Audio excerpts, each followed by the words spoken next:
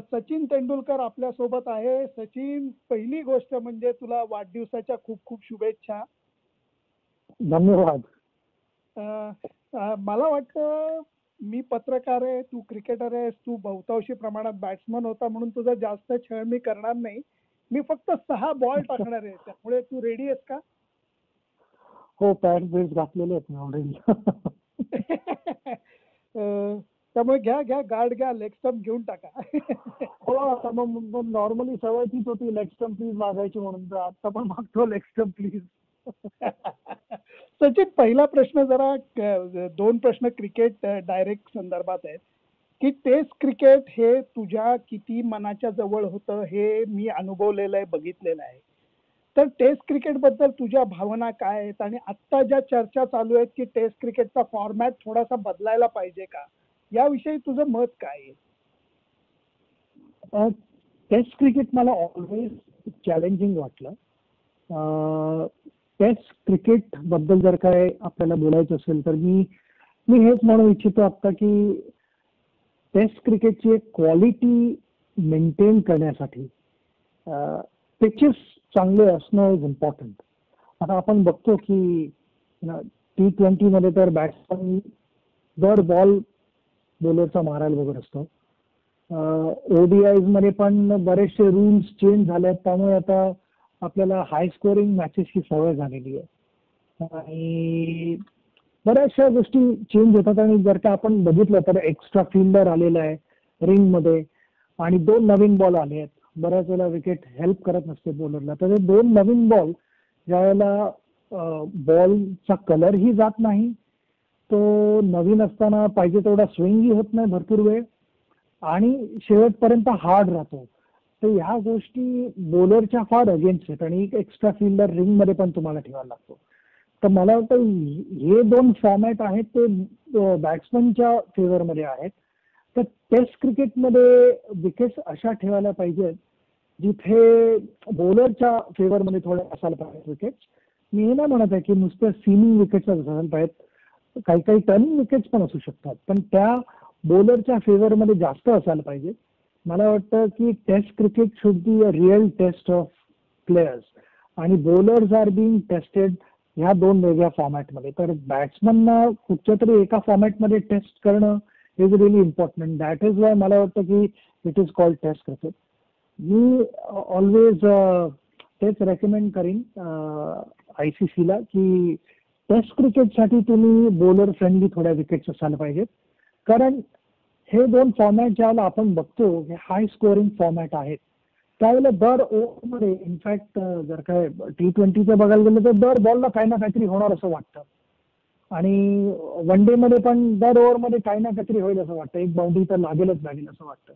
पण ज्यावेळेला टेस्ट क्रिकेटला एकदम डल विकेट्स असतात, फ्लॅट विकेट्स असतात, काही होत नसतं तिथे, जिथे बॉलरलाही माहिती असतं की तो बॅट्समनला जास्त त्रास नाही देऊ शकत ह्या विकेटवर आणि बॅट्समनलाही माहिती असतं की जर का मी या विकेटवर काही वेळेसारखं काही शॉट नाही खेळलो तर मी आउट नाही होऊ शकत. तर तोही थोडा ना जपून सावधान होऊन कन्झर्वेटिव्हली खेळत असतो आणि त्या ह्याच्यात काय होतं की गेम थोडा तसं म्हणायला गेलं तर बोरिंग होतो. त्यामुळे स्पेक्टेटर्स पण येऊन तेवढं पाहिजे तेवढं एन्जॉय करू नाही शकत. पण जर काय ओव्हरमध्ये बॉलरला हेल्प असेल तर काही ना काहीतरी त्या ओव्हरमध्ये होत राहील. मग बॉल आयदर स्विंग होईल किंवा टर्न होईल किंवा बाउन्स होईल, काहीतरी होईल. तर ते कन्सिस्टंटली ते स्पेक्टेटरला एंगेज करण्यासाठी मला वाटतं की थोड्या बॉलर फ्रेंडली विकेट्स असायला पाहिजेत. म्हणजे स्पेक्टेटर्स पण येऊन 5 दिवस तिकडे बसू शकतील. त्यांना कधी असं नाही वाटणार की टेस्ट क्रिकेट बोरिंग आहे. आपण म्हणतो की टेस्ट क्रिकेट थोडं हळूहळू मरतंय, टेस्ट क्रिकेटला रिवाईव्ह करायला लागेल. टेस्ट क्रिकेटला जर का रिवाईव्ह करायला लागलं तर मी हेच म्हणेन की टेस्ट क्रिकेट रिवाईव्ह करण्यासाठी टेस्ट क्रिकेटचा हार्ट इज द पिच. ते पिच जर का चांगलं असेल तर test cricket will survive. Sachin, पण ह्याच्यामध्ये काही जण उगाच चर्चा करत बसले की 4 दिवसाचं वगैरे टेस्ट क्रिकेट ते अगदीच चुकीचं वाटतं, नाही का? मला ते अगदी नक्की चुकीचं वाटतं. मी म्हणतो की टेस्ट क्रिकेटची क्वांटिटी कमी करण्यापेक्षा त्याची क्वालिटी इम्प्रूव्ह करा. करेक्ट. त्याच्या क्वालिटीवरती लक्ष द्या. आणि मी म्हणूनच आधीचं उत्तर एवढं माझं लांब होतं की मला वाटतं की त्याची जर का आपण क्वालिटी इम्प्रूव्ह केली, आणि क्वालिटी इम्प्रूव्ह तेव्हाच होईल ज्या वेळेला विकेट चांगली असेल. एक बरोबर. चांगल्या विकेटवर तुम्ही खेळायला लागला टेस्ट क्रिकेट, ऑटोमॅटिकली क्वालिटी गेमची इम्प्रूव्ह होईल. आणि गेमची जर काय क्वालिटी इम्प्रूव्ह झाली असेल तर स्पेक्टेटर स्टँड मध्ये येतील नक्की. पण त्यासाठी एक लाईव्हली क्रिकेट खेळायला लागेल. असं थोडं डल क्रिकेट नाही व्हायला पाहिजे. वन साइडेड क्रिकेट होतं मला वाटतं. सचिन, वन डे क्रिकेटच्या बाबत तू उल्लेख केलास, तर तुझं ते क्रांतिकारी विचार होता की वन डे क्रिकेट सुद्धा रिलेव्हंट ठेवण्याकरता 25 ओव्हरचे 2 इनिंग खेळायला पाहिजेत. त्याच्याबद्दल थोडक्यात सांगशील का? मी वन डे क्रिकेट रेलिव्हंट होण्यासाठी एक प्लॅन रेकमेंड केला होता. ते 25 ओव्हरच्या 4 इनिंग्स.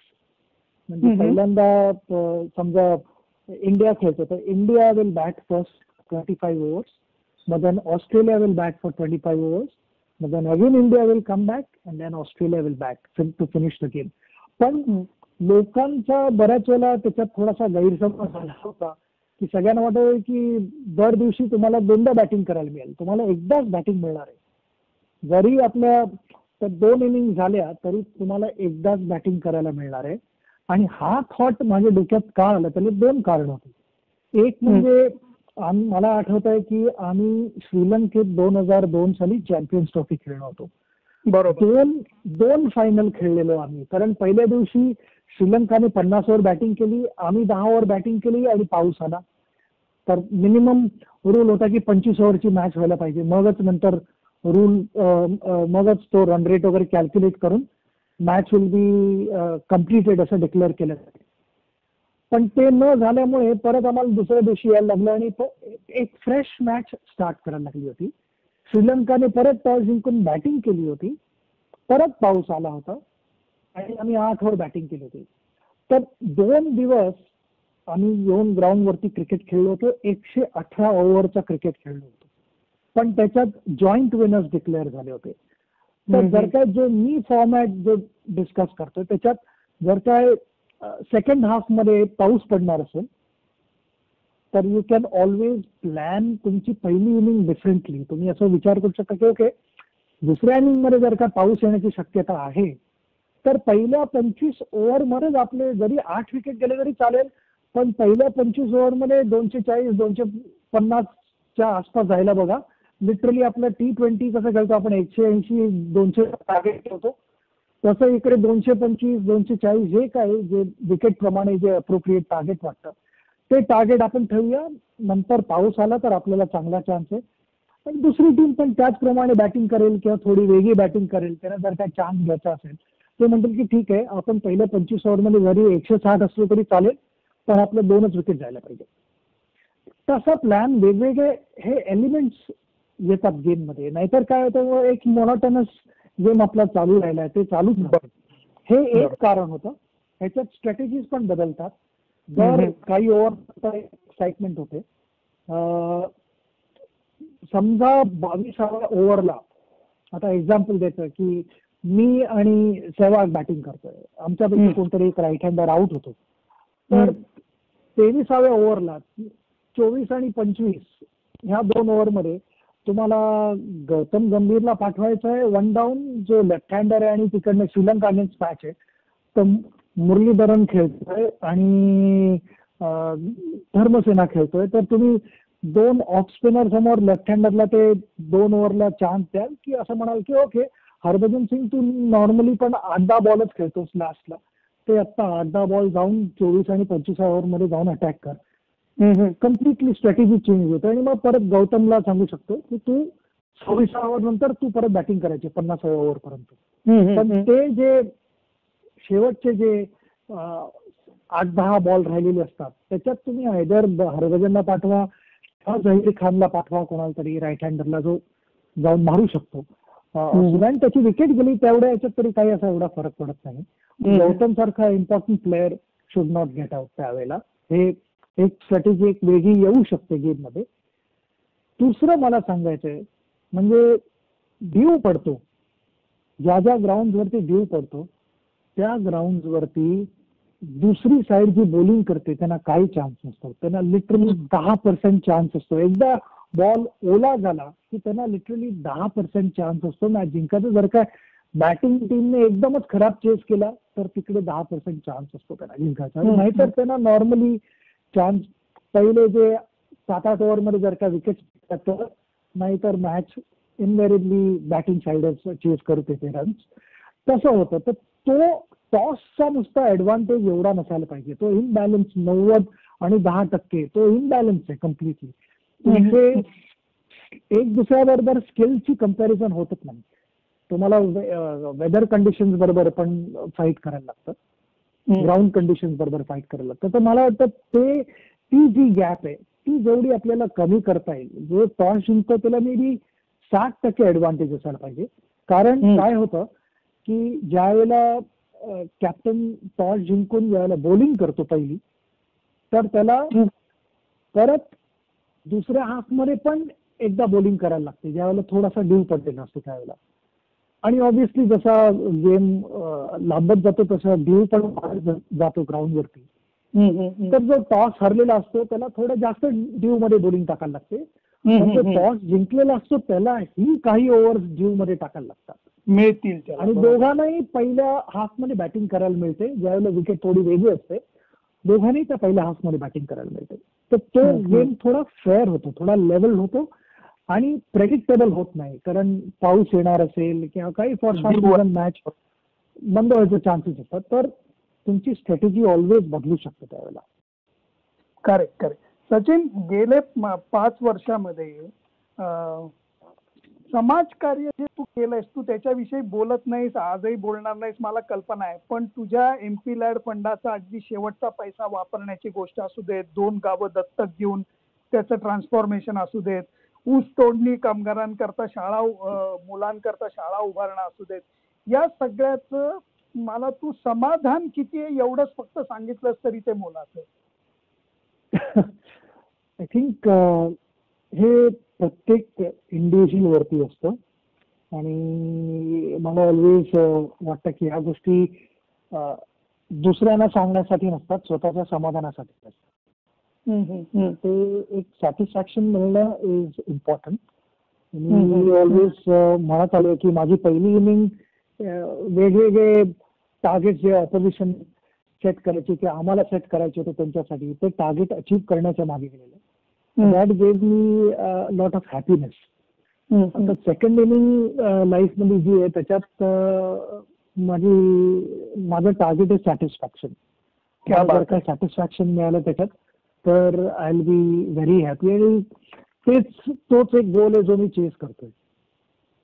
सचिन, तू मध्ये एवढं काम करतोयस आणि केलं पण आहेस. मला एकच गोष्ट विचारायची आहे की आपल्या डोळ्यासमोर जेव्हा जग बदलताना बघायला मिळतंय त्यावेळेला घराचं महत्व हे वाढत चाललंय, नाही का? घराचं महत्व वाढत चाललंय आणि मला वाटतं की या कोरोना व्हायरसमुळे जे आपल्याला लॉकडाऊन मध्ये राहायला लागलेलं आहे त्याच्यात सगळ्यांना जाणीव झालेली आहे की आपल्या छोट्या छोट्या गोष्टी कॅन स्टील गिव्ह हॅपीनेस. फार आनंद देऊ शकतात त्या गोष्टी ज्या आपण नॉर्मली त्या गोष्टींना ग्रांटेड पकडत होतो किंवा त्या गोष्टींना आपण इग्नोर केलं तर आपले टार्गेट्स भरपूर मोठे होते, एकदम फ्लॅम्बॉयंट टार्गेट्स होते, बऱ्याचशा गोष्टी आपल्याला करायच्या होत्या. पण आपण ह्यानंतर मला वाटतं की आपण ज्या छोट्या छोट्या गोष्टी, ज्या साध्या गोष्टी आहेत त्या गोष्टींना व्हॅल्यू करायला लागू जास्त. आणि आता त्याची जाणीव होत चालली लोकांना. मग छोटी छोटी गोष्ट म्हणजे मी तुम्हाला सिंपल सांगतो की घरातनं कुठे दुसऱ्या मित्राच्या घरी जायचं असेल, नुसतं चहा प्यायला गाडीत बसून नुसतं चहा प्यायला जायचं बस, आणि काही नाही, गप्पा मारायच्या आणि परत यायच्या घरी. काही काम नाहीये, काही नाही. आपण आपल्या लँग्वेज मध्ये म्हणतो की नुसतं जाऊन थोडा वेळ टाइमपास करून आलो. ह्याची व्हॅल्यू आपल्याला कळते. आणि मला ती आत्ता जाणीव होते आहे की मी 15 मार्च पासून कोणालाही बाहेरच्यांना भेटलो नाहीये. 15 मार्च पासून. पण मला मित्रांबरोबर फोनवरती वगैरे बोलणं होतं, पण जे समोरासमोर बसून चहा पिणं किंवा आम्ही एक दुसऱ्यांच्या घरी भरपूर डिनरचा वगैरे पण प्लॅन करतो, तर त्या गोष्टी नाही करू शकत आहे. आणि या सिंपल गोष्टी आहेत एकदम. बरोबर. त्याच्यात काय काही वेगळं एकदम करत नाही, हे सगळेच करतात. तर ह्या गोष्टी आपण मिस करतो आणि ह्या गोष्टी आपण व्हॅल्यू करतो की ज्यावेळेला आपण दुसऱ्या घरी आता परत जाऊ त्यावेळेला नक्कीच हा विषय निघेल की अरे ते म्हटले काही आठवडे आपल्याला भेटता नाही आले आणि सगळं. पण आता ह्यात अजून एक पॉइंट असा आहे की आपण या सगळ्या गोष्टी करतोय त्या आपल्या देशासाठी करतोय, एक दुसऱ्यासाठी करतोय. आणि जर काय हा एक मोठा टीम वर्क आहे मला वाटतं. जर काय टीम मधला एकही प्लेअर इकडे तिकडे जात असेल तर टीम पुढे नाही जाऊ शकत, टीम कुठे कुठेतरी अडकून बसते. तर माझा यातनं एकच मेसेज आहे सगळ्यांना की आपण एक छान मोठी टीम आहोत आणि त्या टीमने एकत्र राहणं भरपूर इम्पॉर्टंट आहे. आणि टीमचा टार्गेट एकच आहे, आपला कंट्रीचा इंटरेस्ट. त्यासाठी अनेक लोकांना वेगवेगळ्या गोष्टी सॅक्रिफाईस करायला लागतील, त्याची आपण तयारी ठेवायला पाहिजे आणि हे आपल्याच सुरक्षेसाठी. सचिन, शेवटचा बॉल. एकीकडे तू 100 शतक इंटरनॅशनल 100 शतक करण्याचा पराक्रम केलाय, दुसरीकडे तुला भारतरत्न म्हणून नवाजलं गेलंय, आणि तिसरीकडे मला गंमत अशी वाटते की भारतातल्या 140 जनतेपैकी 139 कोटी लोक तुझा अजूनही एकेरीत उल्लेख करतात, सचिनच म्हणतात, अहो म्हणत नाही किंवा काही नाही. हे तू म्हणजे या सगळ्या लोकांच्या एका कुटुंबाचा भाग असल्यासारखं हे जे प्रेम आहे, या प्रेमातनं तुला उतराई व्हावंसं वाटेल का या प्रेमाच्या ओझ्याखाली राहणं तुला आवडेल? सर्वप्रथम तर मी म्हणेन की मला माझ्या बाबांची आठवण येते, त्यांच्या इंटरव्ह्यूची आठवण येते.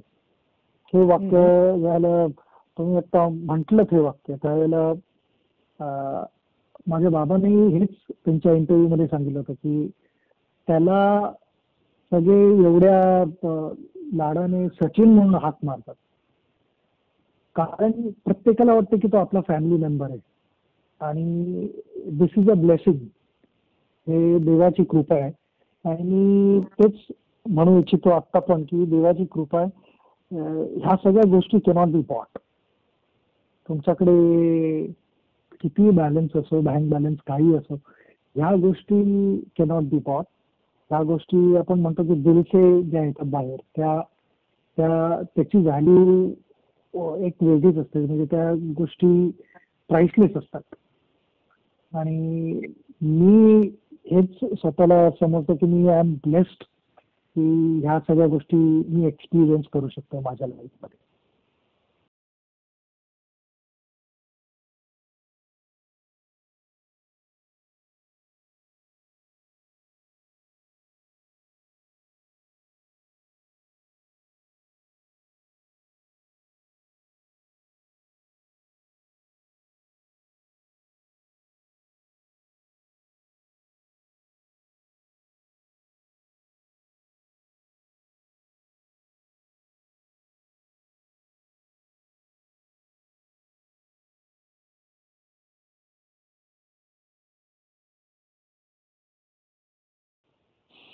हा हा हा, क्या बात आहे. 6 बॉल मध्ये जी काही तू बॅटिंग केली सचिन, खूप खूप धन्यवाद. उद्या आम्ही